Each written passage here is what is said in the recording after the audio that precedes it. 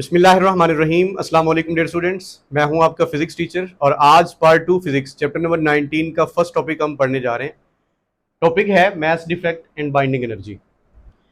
Students, experimentally ये observe किया गया कि जो न्यूक्लियस का मास होता है that is less than the total mass of its protons and neutrons making up the nucleus. तो जैसा कि आप जानते हैं कि एक न्यूक्लियस प्रोटॉन और न्यूट्रॉन से मिलकर बनता है, तो जब हम न्यूक्लियस का मैस करते हैं तो वो कम हो जाता है as compare to mass of its, उसके अंदर जो मौजूद प्रोटॉन और न्यूट्रॉन है उनके मैसेज के सम के। या इन अदर वर्ड्स आप ये कह सकते हैं कि एक न्यूक्लियस बनता है प्रोटॉन्स और न्यूट्रॉन से, तो उन प्रोटॉन्स और न्यूट्रॉन्स का जब हम मैस अलग से एड अप करते हैं तो वो हमारे पास ज्यादा होता है, और वो मिलके जब एक न्यूक्लियस को बनाते हैं तो न्यूक्लियस का मैस कम हो जाता है। इस मैस डिफरेंस को क्या कहते हैं स्टूडेंट्स? मैस डिफेक्ट कहते हैं। तो लेटर ऑन हम समझने जा रहे हैं कि ये मैस बेसिकली कन्वर्ट होता है एनर्जी के अंदर according to Einstein equation E equals to mc², और वो एनर्जी रिलीज होती है during the formation of nucleus. अब यहां पे एक बात आपने याद रखनी है कि यहां पे हर एक न्यूक्लियस के लिए तमाम एलिमेंट्स को हम देखेंगे, तमाम डिफरेंट न्यूक्लियाई के लिए डिफरेंट होगा मैस डिफेक्ट, और बाइंडिंग एनर्जी भी डिफरेंट होगी। तो कुछ न्यूक्लियस ऐसे होंगे जिनकी फॉर्मेशन के दौरान कम एनर्जी रिलीज होगी, और कुछ न्यूक्लियस ऐसे होंगे जिनकी फॉर्मेशन के दौरान ज्यादा एनर्जी रिलीज होगी। तो डिफरेंट अमाउंट ऑफ एनर्जी क्या तय करेगी? Stability of nucleus. अब याद रखना है आपने कि जितना ज्यादा एनर्जी रिलीज होगी during the formation of nucleus, nucleus उतना ज्यादा स्टेबल होगा, और जितना कम एनर्जी रिलीज होगी न्यूक्लियस उतना ज्यादा अनस्टेबिलिटी की तरफ जाएगा। तो न्यूक्लियस अगर अनस्टेबल हो गया तो देन स्टूडेंट्स वो न्यूक्लियर रिएक्शन परफॉर्म करेगा, जैसा कि nuclear fission reaction and nuclear fusion reaction. तो स्टार्ट करते हैं डेफिनेशन से। मैस डिफेक्ट क्या है स्टूडेंट्स? जैसा कि मैंने आपको बताया कि मैस डिफेक्ट और mass deficit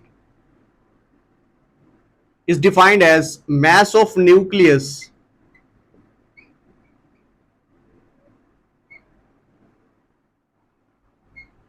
is less than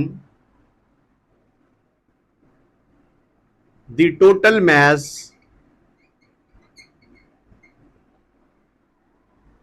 of its protons and neutrons।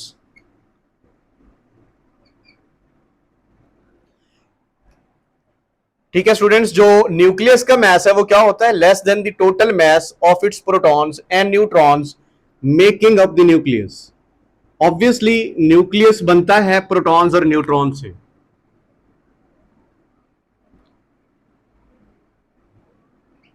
तो जो न्यूक्लियस का मैस आता है after the formation of nucleus वो कम हो जाता है as compare to mass of its total protons and neutrons that are used to make up the nucleus. इस मैस डिफरेंस को क्या कहते हैं स्टूडेंट्स? Mass defect.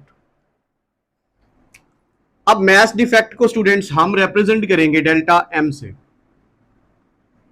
और अगर हम किसी भी न्यूक्लियर के लिए कैलकुलेट करना चाहते हैं मैस डिफेक्ट, तो स्टूडेंट्स उसके लिए इक्वेशन है डेल्टा एम, जिसे हम मैस डिफेक्ट कह रहे हैं, ZMP। अब किसी भी एलिमेंट को जब हम किसी भी न्यूक्लियर को रिप्रेजेंट करते हैं, प्रीवियस लेक्चर में हमने देखा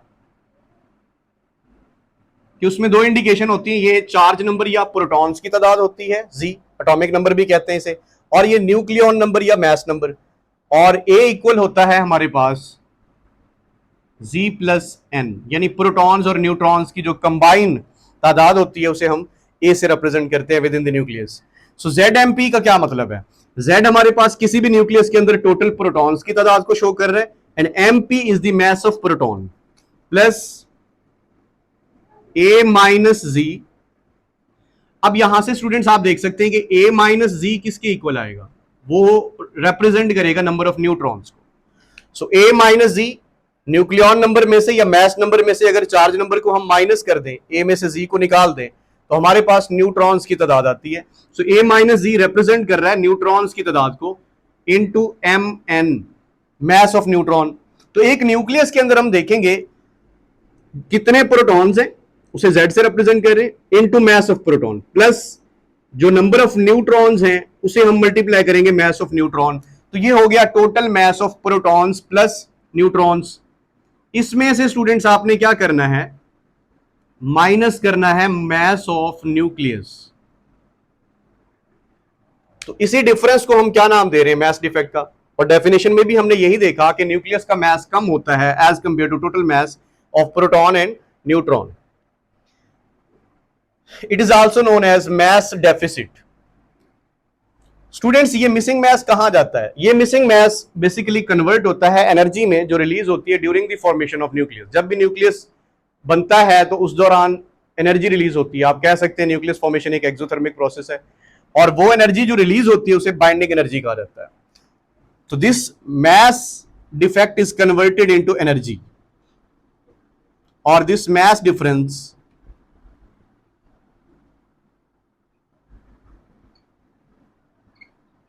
is converted into energy released during the formation of nucleus. जब न्यूक्लियस की फॉर्मेशन होगी तो उस दौरान एनर्जी रिलीज होगी स्टूडेंट्स, और वो जो एनर्जी रिलीज होगी उसे नाम दिया जाता है बाइंडिंग एनर्जी का, known as binding energy, and that energy is calculated by using Einstein equation E equals to mc square.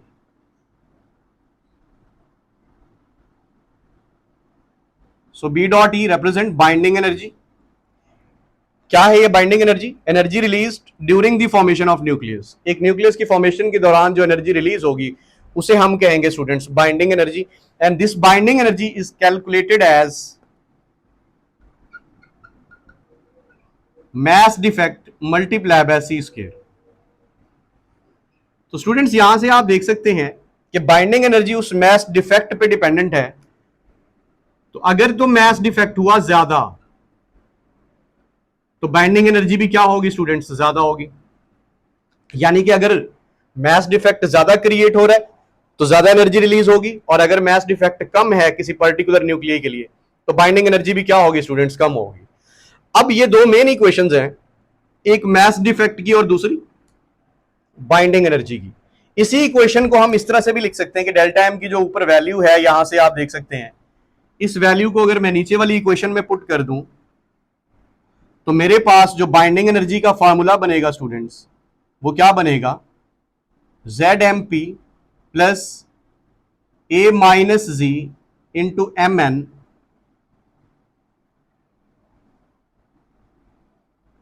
Minus mass of nucleus, और इस पूरे फैक्टर को आपने किससे मल्टीप्लाई करना है स्टूडेंट्स?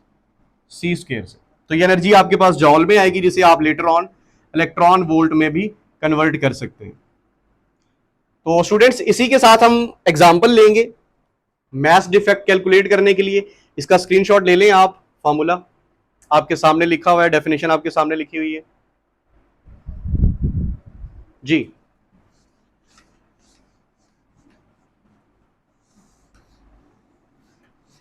तो किसी भी न्यूक्लियस के लिए आप मास डिफेक्ट कैलकुलेट कर सकते हैं। जस्ट लाइक अगर मैं आपसे कहता हूं कि मुझे हीलियम न्यूक्लियस के लिए मास डिफेक्ट कैलकुलेट करके दें तो वो आप किस तरह करेंगे?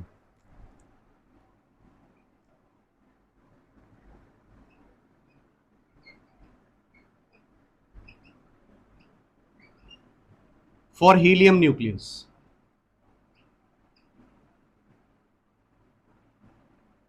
तो स्टूडेंट्स जैसा कि आप देख सकते हैं कि हीलियम के न्यूक्लियस में जो प्रोटॉन्स की तादाद है वो 2 है, और जो न्यूट्रॉन्स की तादाद है वो 4 माइनस 2 वो भी 2 है।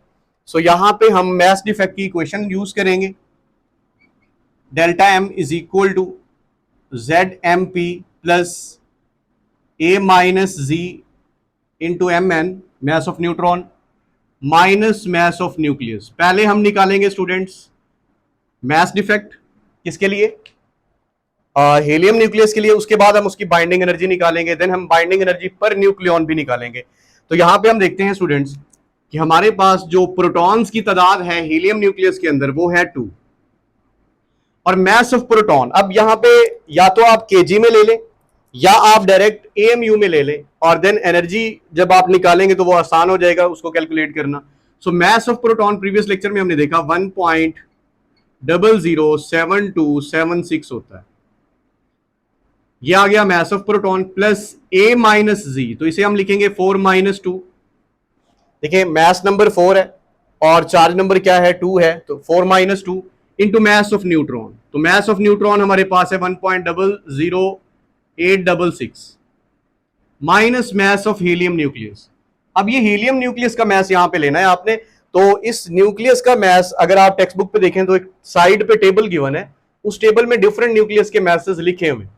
तो यहां पे हीलियम न्यूक्लियस का जो मास गिवन है स्टूडेंट्स वो है 4.0026 यू। तो ये तमाम मैसेज मैंने यू में लिए। यहां से जब आप मैस डिफेक्ट निकालेंगे, इसकी कैलकुलेशन आप करेंगे, 2 को इस नंबर से मल्टीप्लाई करें, प्लस यहां पे भी आंसर आपको 2 मिलेगा, उसे मैस ऑफ न्यूट्रॉन से मल्टीप्लाई करें, इन दोनों को ऐड करके उसमें से माइनस करें 4.0026। तो स्टूडेंट्स आपके पास जो मैस डिफेक्ट आएगा वो आएगा 0.00302 यू। तो ये आपके पास होगा स्टूडेंट्स मैस डिफेक्ट। जी यहां पे करेक्शन कर लें स्टूडेंट्स, ये वैल्यू होगी 0.030 एएमयू में ये मैस आएगा। सो अब आपने देखना है कि कितनी एनर्जी रिलीज होती है during the formation of helium nucleus. तो उस एनर्जी को जब हम कैलकुलेट करते हैं, तो अगर तो मैस यू में गिवन है तो आप डायरेक्ट कैलकुलेट कर सकते हैं उस एनर्जी को, 0.030 मल्टीप्लाई बाय 1 यू, और आपने प्रीवियसली पढ़ा कि 1 यू इक्वल होता है 931 mega electron volt. So 1 u की जगह हम पुट करेंगे 0.030 multiply by 931 mega electron volt. So यहां से आपको जो आंसर मिलेगा स्टूडेंट्स वो मिलेगा 28.2 मेगा इलेक्ट्रॉन वोल्ट। ये हमारे पास आ गई एनर्जी, बाइंडिंग एनर्जी जो रिलीज होती है during the formation of helium nucleus. Helium nucleus के फॉर्मेशन के दौरान जो एनर्जी रिलीज होती है। अच्छा स्टूडेंट्स, अब ये एनर्जी टोटल है जो कि एक पूरे न्यूक्लियस में से रिलीज हुई, लेकिन हम यहां पे देखेंगे कि एक न्यूक्लियस में से अगर इतनी एनर्जी रिलीज हो रही है या इतना मैस डिफरेंस आ रहा है, मैस डिफेक्ट आ रहा है, तो क्या ये किसी एक पार्टिकल में से कम हुआ मैस या सारे पार्टिकल में से इक्वली डिक्रीज आया? जैसे कि इसके न्यूक्लियस में टोटल कितने पार्टिकल्स हैं, 4 पार्टिकल्स हैं, तो ये 4 पार्टिकल्स में से बराबर अमाउंट में निकलेगा, हर एक पार्टिकल में से कम होगा। और इसी तरह जो टोटल एनर्जी रिलीज हुई है इसे हम देखेंगे बाइंडिंग एनर्जी पर न्यूक्लियन या पर पार्टिकल। तो क्योंकि हीलियम के न्यूक्लियस में स्टूडेंट्स कितने पार्टिकल हैं, 4। हीलियम के न्यूक्लियस में टोटल मैस नंबर देखना होता है, तो टोटल 4 पार्टिकल हैं। यहां से आपके पास जो एनर्जी आएगी पर पार्टिकल वो आएगी 7.05 मेगा इलेक्ट्रॉन वोल्ट। तो इसका मतलब ये हुआ कि अगर हीलियम के न्यूक्लियस में से टोटल कितनी एनर्जी रिलीज होती है, 28.2 मेगा इलेक्ट्रॉन वोल्ट, तो हीलियम के अंदर क्योंकि 4 पार्टिकल्स हैं तो हर एक पार्टिकल में से एनर्जी रिलीज होती है, हर एक पार्टिकल में से कुछ मैस डिक्रीज करता है या मैस डेफिसिट क्रिएट होता है, मैस डिफेक्ट क्रिएट होता है। सो एज अ रिजल्ट हर एक पार्टिकल में से या हर एक पार्टिकल के हिस्से में जो एनर्जी आई है वो कितना है, 7.05 मेगा इलेक्ट्रॉन वोल्ट। स्टूडेंट्स इसको इस तरह समझ लें आप कि लेट्स सपोज 4 स्टूडेंट मिलके एक रूम रेंट पे लेते हैं जिसका जो टोटल रेंट है वो 28,000। अब क्योंकि 4 स्टूडेंट रह रहे हैं तो हर एक के हिस्से में कितना आएगा रेंट, उसे हम 4 पे डिवाइड कर देंगे तो जो कि बनेगा 7,000 पर स्टूडेंट।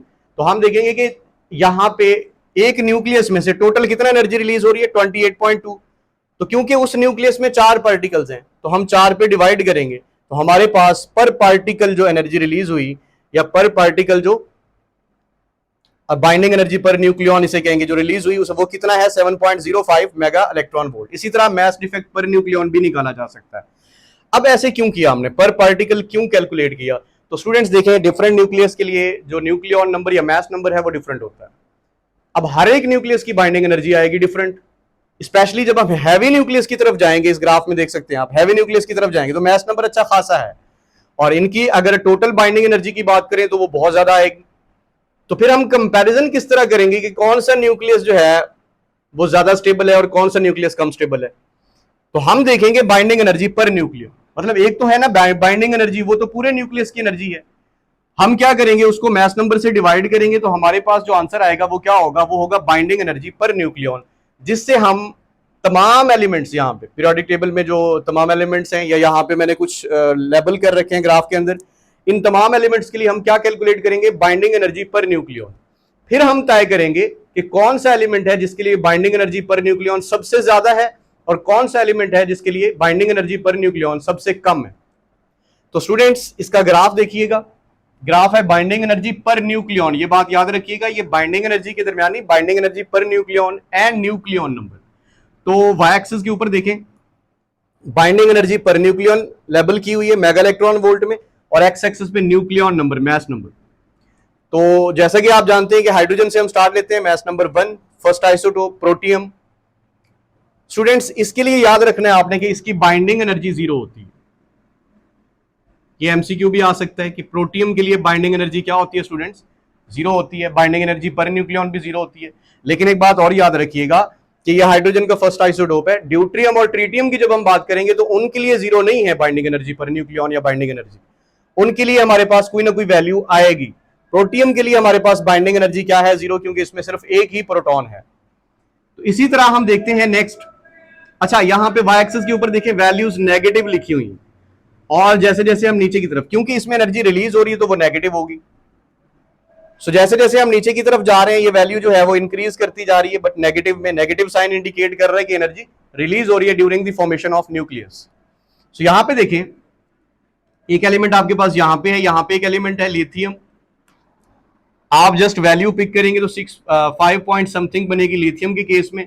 यहां पे आपको हीलियम नजर आ रहा है ये वाली जगह पे, इस पॉइंट पे अगर आप देखें तो आपको हीलियम की जो बाइंडिंग एनर्जी पर न्यूक्लियॉन नजर आ रही है वो तकरीबन 7.05 मेगा इलेक्ट्रॉन वोल्ट, यहां ग्राफ से भी आपको तकरीबन वही मिलेगी यहां से। इसी के साथ स्टूडेंट्स आगे देखते जाएं तो आपके डिफरेंट एलिमेंट्स लिखे हुए हैं, डिफरेंट न्यूक्लियाई, उन सब के लिए बाइंडिंग एनर्जी की वैल्यू जो है वो डिफरेंट है। यहां पे आपने नोट करना है आयरन को। स्टूडेंट्स आयरन के लिए जो बाइंडिंग एनर्जी पर न्यूक्लियॉन है ये याद रखनी है आपने, ये है 8.7 मेगा इलेक्ट्रॉन वोल्ट। किसी भी न्यूक्लियस के लिए आप कैलकुलेट कर सकते हैं, कैलकुलेट करने का तरीका ये है जिस तरह मैंने आपको ये न्यूमेरिकल करवाया। ये एग्जांपल भी इंपॉर्टेंट है कि आपको कहा जा सकता है हीलियम न्यूक्लियस के लिए आप बाइंडिंग एंड मास डिफेक्ट निकालें, देन आप बाइंडिंग एनर्जी पर न्यूक्लियॉन कैलकुलेट करें। इसी तरह आयरन के लिए हमारे पास क्या आएगा answer, 8.7 mega electron volt, that is the maximum. जितने भी हमारे पास यहाँ पे न्यूक्लियर मेंशन है इन सब में से सबसे ज्यादा जो बाइंडिंग एनर्जी पर न्यूक्लियॉन है स्टूडेंट्स वो किसके लिए है, आयरन के लिए। इसी के साथ हम आगे चलते हैं, आयरन के साथ साथ जितने भी एलिमेंट्स हैं जिनका एटॉमिक मास 50 से लेकर 60 के दरमियान आएगा, यस यहां तक जो एलिमेंट्स आएंगे इस रेंज के अंदर वो आयरन के करीब करीब उनकी बाइंडिंग एनर्जी पर न्यूक्लियॉन है, तो वो भी स्टेबल होंगे। इसी के साथ हम आगे चलते हैं तो यहां देखें ग्राफ दोबारा ऊपर की तरफ राइज कर रहा है, तो ऊपर की तरफ जो वैल्यूज हैं वो कम है। यूरेनियम के केस में स्टूडेंट्स जो बाइंडिंग एनर्जी पर न्यूक्लियॉन है वो हमारे पास है 7.6 मेगा इलेक्ट्रॉन वोल्ट। तो ये याद रखना है आपने, हमारे पास यूरेनियम के केस में कितना आएगी बाइंडिंग एनर्जी पर न्यूक्लियॉन, वो आएगी 7.6 मेगा इलेक्ट्रॉन वोल्ट। सो ये यूरेनियम के केस में होगी। इसी तरह डिफरेंट एलिमेंट न्यूक्लियर लिखे हुए हैं, इन सब के लिए आप बाइंडिंग एनर्जी पर न्यूक्लियॉन कैलकुलेट कर सकते हैं। तो यहां से हमें रिजल्ट ये मिला कि ये लाइट न्यूक्लियर यहां पे एग्जिस्ट करते हैं, इनकी बाइंडिंग एनर्जी पर न्यूक्लियॉन कम है, ऊपर है ये, और सबसे नीचे ग्राफ का ये पोर्शन इन एलिमेंट्स के लिए या इन न्यूक्लियर के लिए बाइंडिंग एनर्जी पर न्यूक्लियॉन मैक्सिमम है। और फिर यहां पे हैवी एलिमेंट्स की बात करेंगे हम, हैवी न्यूक्लियर के लिए भी बाइंडिंग एनर्जी पर न्यूक्लियॉन स्टूडेंट्स अगेन कम होना शुरू हो जाती है। तो हमारे पास ये एलिमेंट्स और ये स्टार्टिंग एलिमेंट्स ये न्यूक्लियर रिएक्शन परफॉर्म करेंगे, तो ये एलिमेंट्स भी अपनी बाइंडिंग एनर्जी पर न्यूक्लियॉन बढ़ाना चाहते हैं और स्टेबल होना चाहते हैं लाइक आयरन, और ये वाले एलिमेंट्स भी क्या करना चाहते हैं, अपनी बाइंडिंग एनर्जी पर न्यूक्लियॉन इंक्रीज करके स्टेबल होना चाहते हैं। तो स्टूडेंट्स जो हैवी एलिमेंट्स हैं ये न्यूक्लियर फिशन रिएक्शन परफॉर्म करेंगे, जब ये फिशन करेंगे तो ये टूटेंगे, जैसे यूरेनियम न्यूक्लियस टूटता है तो ये क्रिप्टॉन और बेरियम में कन्वर्ट होता है, और वो न्यूक्लियस स्टूडेंट्स यहां आपको इस जगह पे कहीं मिलेंगे, और जो न्यूक्लियस पीछे की तरफ मिलेगा हमें वो आयरन के करीब आएगा, और जो आयरन के करीब आएगा उसकी बाइंडिंग एनर्जी पर न्यूक्लियॉन आप देख रहे हैं ग्राफ में वो ज्यादा होगी, और जिसकी बाइंडिंग एनर्जी पर न्यूक्लियॉन ज्यादा होगी स्टूडेंट्स वो हमारे पास ज्यादा स्टेबल होगा। अब ये स्टेबिलिटी वाली बात आप इस तरह भी समझ सकते हैं स्टूडेंट्स कि एक न्यूक्लियस की फॉर्मेशन के दौरान जितना ज्यादा एनर्जी रिलीज होगी उतने न्यूक्लियॉन्स टाइटली पैक्ड होंगे। अब जब आप उस न्यूक्लियस को तोड़ना चाहते हैं तो आपको उतना ज्यादा एनर्जी देनी पड़ेगी उस न्यूक्लियस को तोड़ने के लिए। जितना एनर्जी ज्यादा रिलीज होगी during the formation of nucleus, उस न्यूक्लियस को ब्रेक करने के लिए भी उतना ज्यादा एनर्जी रिक्वायर्ड होगी। तो बाइंडिंग एनर्जी की एक डेफिनेशन ये भी बन सकती है कि energy required to break the nucleus, और ये पोटेंशियल एनर्जी की फॉर्म होती है। So amount of work done on nucleus to break up the proton and neutron, और न्यूक्लियस, किसी भी न्यूक्लियस को ब्रेक करने के लिए जो आप एनर्जी देंगे, जो वर्क आप करेंगे न्यूक्लियस के ऊपर, that is also known as binding energy. तो डेफिनेट सी बात है स्टूडेंट्स की, अगर ज्यादा एनर्जी रिलीज हो रही है तो उस न्यूक्लियस को तोड़ने के लिए भी ज्यादा एनर्जी रिक्वायर्ड होगी, और अगर कम एनर्जी रिलीज हो रही है तो उस न्यूक्लियस को तोड़ने के लिए कम एनर्जी रिलीज होगी, देनी पड़ेगी। जैसा कि हमने देखा आयरन के केस में सबसे ज्यादा एनर्जी रिलीज हो रही है during the formation of nucleus, तो सबसे ज्यादा एनर्जी रिक्वायर्ड होगी आयरन के न्यूक्लियस को ब्रेक करने के लिए। तो यहां से एमसीक्यू पूछा जा सकता है कि सबसे ज्यादा स्टेबल न्यूक्लिय कौन सा है, तो स्टूडेंट्स याद रखना है वो आयरन का है, और इसकी बाइंडिंग एनर्जी पर न्यूक्लियन कितना है, 8.7 मेगा इलेक्ट्रॉन वोल्ट। और यहां पे एक रिलेशन में लिख रहा हूं, स्टेबिलिटी का जो रिलेशन है बाइंडिंग एनर्जी के साथ, तो stability binding energy per nucleon के डायरेक्टली प्रोपोर्शनल है। जिस एलिमेंट की बाइंडिंग एनर्जी पर न्यूक्लियन ज्यादा होगी वो ज्यादा स्टेबल होगा और उसे उतना डिफिकल्ट होगा ब्रेक करना, और जिसकी बाइंडिंग एनर्जी पर न्यूक्लियन कम होगी वो लेस स्टेबल होगा। और अगर वो लेस स्टेबल हुआ तो स्टूडेंट्स या तो वो फिशन रिएक्शन परफॉर्म करेगा या फ्यूजन रिएक्शन परफॉर्म करेगा।